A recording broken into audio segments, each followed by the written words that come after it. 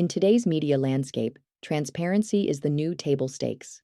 Spectrum Reach provides transparent, network-level reporting, allowing marketers to accurately measure and optimize for superior campaign results.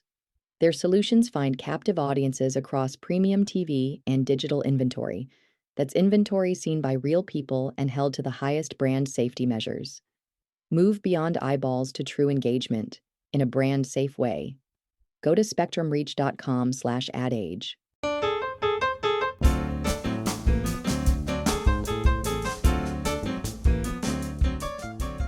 Hi, I'm Brandon Dorr, Creativity and Media Innovation Reporter at AdAge. Welcome to another edition of the Marketer's Brief podcast, our weekly discussion of news and trends that have the industry buzzing. This week, we're joined by Monica Austin, Chief Marketing Officer at Blizzard Entertainment, the video game developer and publisher behind household franchises like Overwatch, World of Warcraft, and Diablo. Monica discusses Blizzard's global and regional marketing strategies, as well as what non-gaming brands can learn from how Blizzard works with creators who are vocal critics of its games. Here's that conversation now.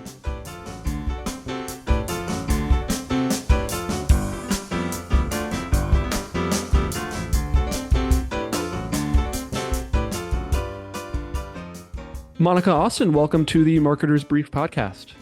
Thank you so much. Nice to be here. Thanks, Brandon.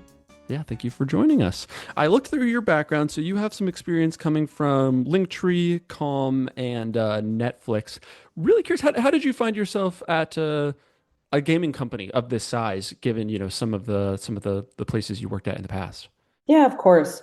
My past, and I would consider myself really an entertainment marketer at heart, of heavy tech background. Before Netflix, I was at Facebook and Instagram. And I had a similar question, right, when we first started having the conversation with the Blizzard team, but I've always been a gamer. So there have been parts of my career and in the past where I've had an opportunity to work in gaming that just sort of never came to fruition, or, I was very happy where I was, as an example. But so when they reached out to me, I had that feeling of, oh my God, the opportunity to work on some of my favorite franchises and games. I can remember playing hours of Diablo with my brother when I was in high school and college, and then later becoming very obsessive with Overwatch. And as I started having the conversation, I kind of care about three things. What am I working on? Obviously, that box massively checked because I was such a passionate gamer, but also just had massive respect for these games and the franchises. But also, who am I working with? And what was really clear and exciting about Blizzard at the time was a very new approach to leadership with kind of a new and existing kind of team that had been in place for a long time, and some new folks like myself to kind of round out the team that was going to take Blizzard to the next, kind of phase of its history. And the next kind of big thing is, who am I working for? And Johanna Ferries joined Blizzard probably, 6 months, maybe a little bit more before I joined. And she's an incredible leader and visionary. And I think we were very like-minded in the opportunity, both for the games, but also for Blizzard. And that's so important, as you know, from a marketing lens, to be really in lockstep with the vision of the business. And so, that's kind of how I landed here. Yeah, you mentioned you've been at the company for around a year now. Happy anniversary, Blizzardversary. I don't know if you guys have a particular word for it. I'd love to hear a little bit about how you've maybe changed things up since you've been in the CMO seat for about a year now. Maybe we can talk about either some recent or potentially even upcoming work that maybe exemplifies how you have approached marketing differently at this company. Yeah, absolutely. So, as you noted, I came in not with a gaming background, though. We're very much focused on the entertainment part of our brand, right? We have these incredible portfolio, World of Warcraft, Diablo, Overwatch, with this incredible player base. And that allows me to do kind of two things. One is lean into my background, right? Entertainment is really focused on how do you create really breakthrough moments that capture a cultural zeitgeist. On the other side, I had a lot of listening to do. And a lot of, nuance to try to understand to make sure I was shaping that into the strategy. And because Blizzard and these games are, 10, 20, 30 years old, I got a great blessing to be able to look back at a huge amount of data. So that helped shape the strategy going forward. And I would say it's in kind of three parts. One is, as you look back at the data, it was very, very clear that the big moments, whether it's BlizzCon, an expansion launch, a collaboration that broke through, really did the heavy lifting for the business from a commercial standpoint, but also from a marketing standpoint. And what was happening naturally, because a lot of these games are live service, and we have a lot of stakeholders and regional marketing to support, you end up what I would call sort of spreading the peanut butter. And we lost sight of where we really wanted to put the bulk of our resources, budget, energy. And so I really built our strategy around elevating our tentpole moments. And that looks like, really making sure 80% of our people resources, our budget resources, and our energy is going to the biggest moments for each of these games.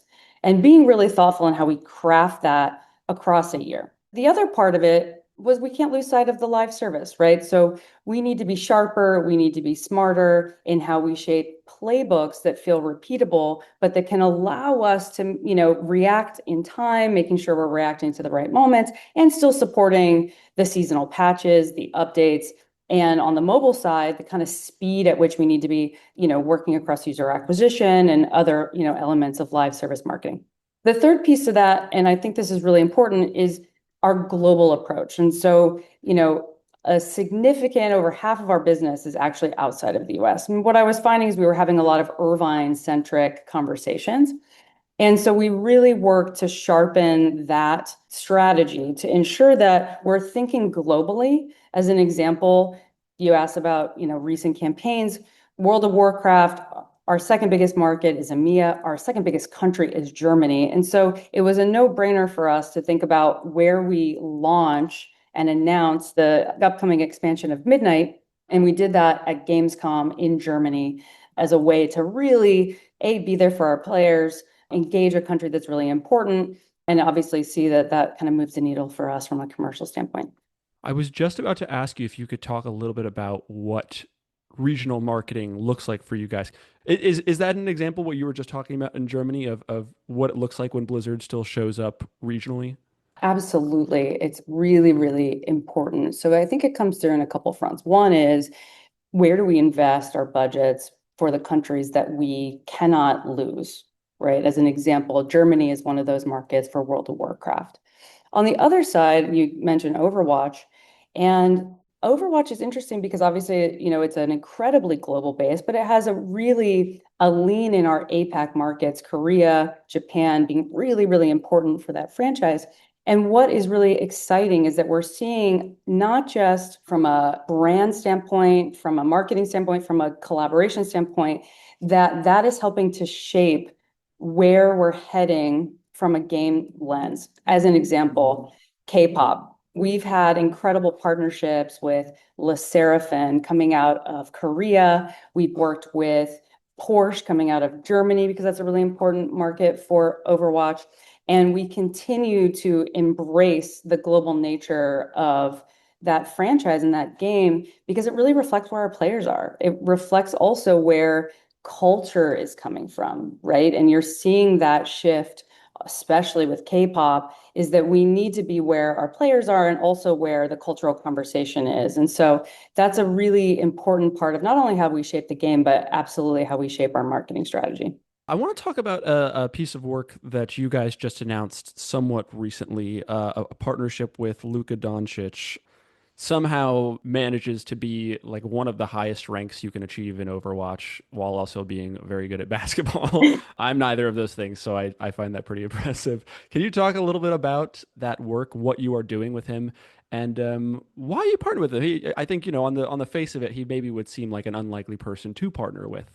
100%. Well, just to go back to the critical nature of how we think about player focused strategies, What was absolutely shocking to me that you highlight was how high of a ranking Luka Dončić is. He's a top 500 grandmaster player in Overwatch against millions in North America, which, don't tell his coach, but he's probably playing as much Overwatch as he's playing basketball. And so we've had an ongoing relationship with Luka for some time. And we had started talking to his team about a year ago when I joined. And, it was very clear that there was an authentic conversation to be had that Luka was passionate about, and that it was just a matter of finding the right timing. And so as season 18 was shaping up for Overwatch, it was shaping up to be one of our biggest seasons yet, with some big updates to some of our biggest features and modes of play, including Stadium.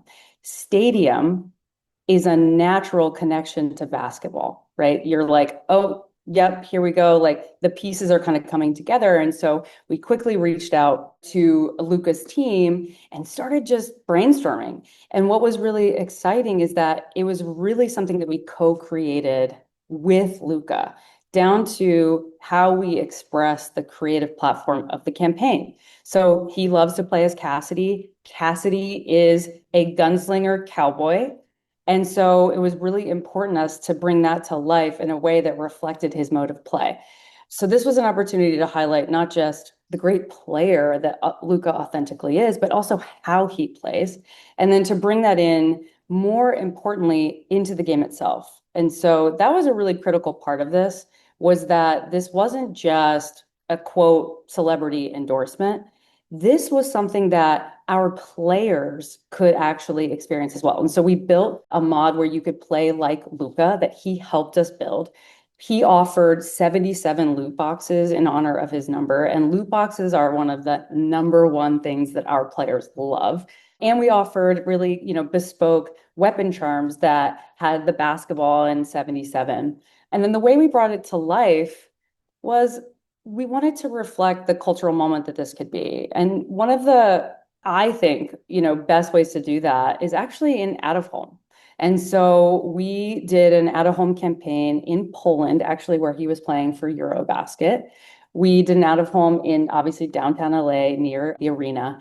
We also placed some billboards in Dallas, which had an interesting moment that came out of that when there was a leak that the Mavericks owners, they actually, against a handful of, like sort of things that they don't typically do, is they came over the top and they did not approve the creative that was near the stadium. And so that actually created a wave of earned media on top of this that, just reflected the kind of cultural nuance around basketball and also connected, Luka back into the game that was really important to us. So, that's an example, I think, of that tentpole cultural type of marketing that we want to lean into moving forward.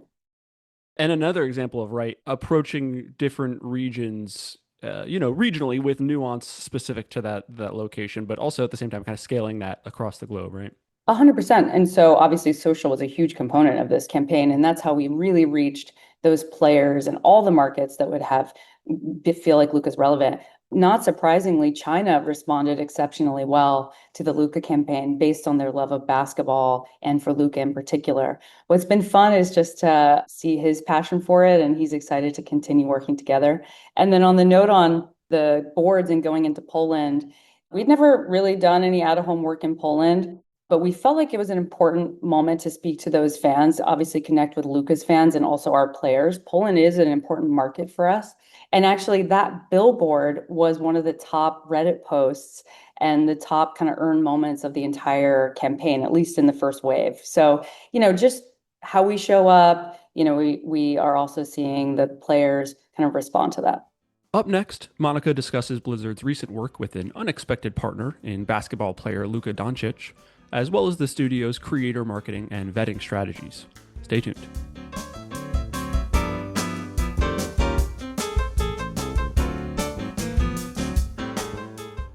In advertising, not all data is created equal.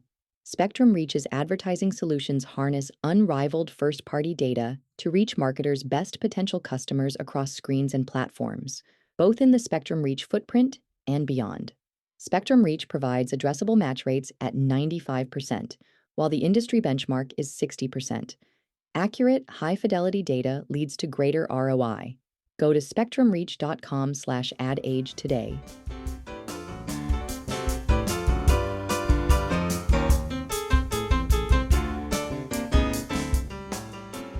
Do you guys work with any agencies to find little insights like that Luka is a top 500 player? Or I guess I'm just curious, right? Because this huge player bases across the world. I imagine there's a lot of noise to keep up with on social. Do you have any partners that help you sort of find insights like that and then activate on them?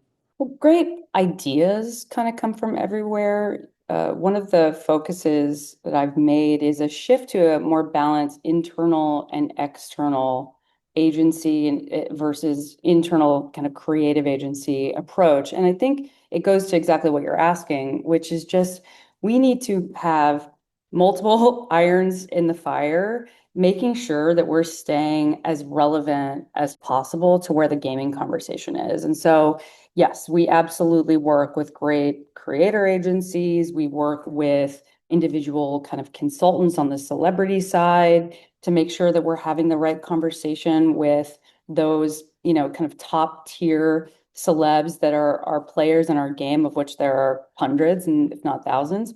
And, we're working with great creative shops, media agencies to bring in the best and most relevant ideas. And that can definitely include ways that we engage with our players. And so we're looking for that everywhere. And we really also encourage our local teams in our biggest markets to create those bespoke relationships with local, whether it's creators, influencers, talent, that we can bring into either a local campaign or even beyond. So yeah, we're always looking for that and really trying to work with partners who can bring a multitude of things to the table. I want to hone in on creator marketing for just a second because I'm fairly tapped into the Overwatch creator community. I tend to watch a lot of those people in my free time.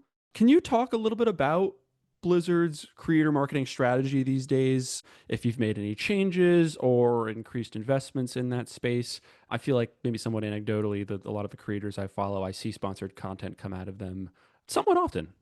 Makes sense. The way I think about our work at the highest level is that we have to create this massive amount of hype and excitement for our games that players just can't help but play.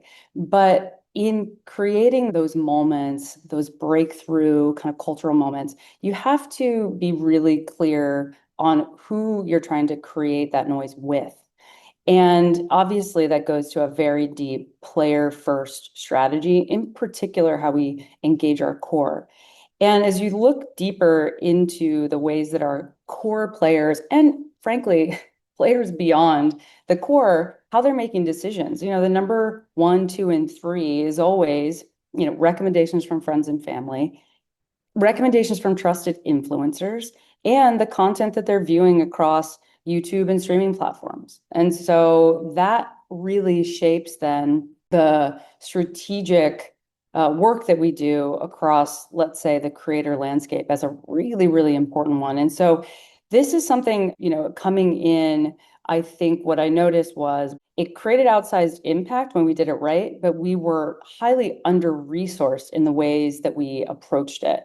And we also bifurcated our strategies. So we were having a community-driven conversation over here. We had the kind of comms and press team working on a different strategy kind of across the aisle. And we had, even at a game level, kind of different approaches to how we were managing kind of that creator pipeline. And so we've really worked to centralize that under a team that thinks about it at a multi-tiered approach. And so as an example, on the World of Warcraft side, we have an 800 person creator program that spans those kind of top tier, creators that we know are more of almost celebrities in the gaming space, to the ones that are really, really our core players and that need to not only hear about news first, we also bring them in and get their hands on the games first. We bring them in to help us shape the work that we're doing, and that is deep work that we do on the game side. And so, yeah, I can't kind of talk enough about how important this is to us, and to make sure that we have a really robust and kind of strategy against it. It's something that we're continuing to evolve as well, and we really work arm in arm, not just with the marketing team, but with the comms team and with our game team to shape this as well. I'm really curious to hear more about your creator vetting process. I think you guys are in a unique position as a gaming company, right? Like brands outside of gaming, I think would put a lot of work into make sure that they are working with creators who have never or rarely said anything bad about their products, Mhm. maybe are not overly favorable of competitors, things like that. For you guys working with these creators who are maybe sometimes streaming your game every day for several hours a day, I would imagine it's really hard to find creators who have never said a bad thing, right? Especially if they're Twitch streamers or something. Can you just talk a little bit about, I guess, your vetting process and maybe what brands outside of gaming could learn from it? Yeah, I think there's a couple ways to think about that. One is criticism and being clear on ways that the game is not living up to expectations is where we want to lean in. It's really important to us that we are shaping the future of the game and being in constant listening mode. And as such, totally okay with, working with those creators who expect a lot from us. And we want to show up for them in ways that's meaningful and make sure that we hear them out. On the other side of the lens, there's bad behavior, bad actors that are looking for opportunities to grow their channel by being salacious. And we are very cautious about how we work with those creators and that set. And there's a lot of nuance there, as you can imagine. And then the most important thing is that we're nurturing our community and those that are highly invested. And as I mentioned before, really bringing them in as early as possible to help shape, our games, our roadmaps, our features, get feedback, and ensure that they feel part of the journey. Because I think what's important is that, yes, creator kind of strategy or their work is to create content around it and drive that conversation. But it's important to us that it feels like a co-creation moment and not just a promotional moment. What I hate to see from the team and what I've always pushed back on is I don't want to see a checked box when it comes to, hey, of course, in this go-to-market campaign, we've got XYZ, we're checking a creator box. My feeling is that that is always a bespoke approach, and that every go-to-market is going to have a unique approach to how we work with creators, both the ones that we nurture sort of organically and that organically talk about our games, and especially the ones that we do work with, certainly in a paid capacity, in the right moments, especially for our big expansions. Okay, Monica, I think we are sadly out of time. Thank you for joining us on the Marketer's Brief podcast. Thank you for having me.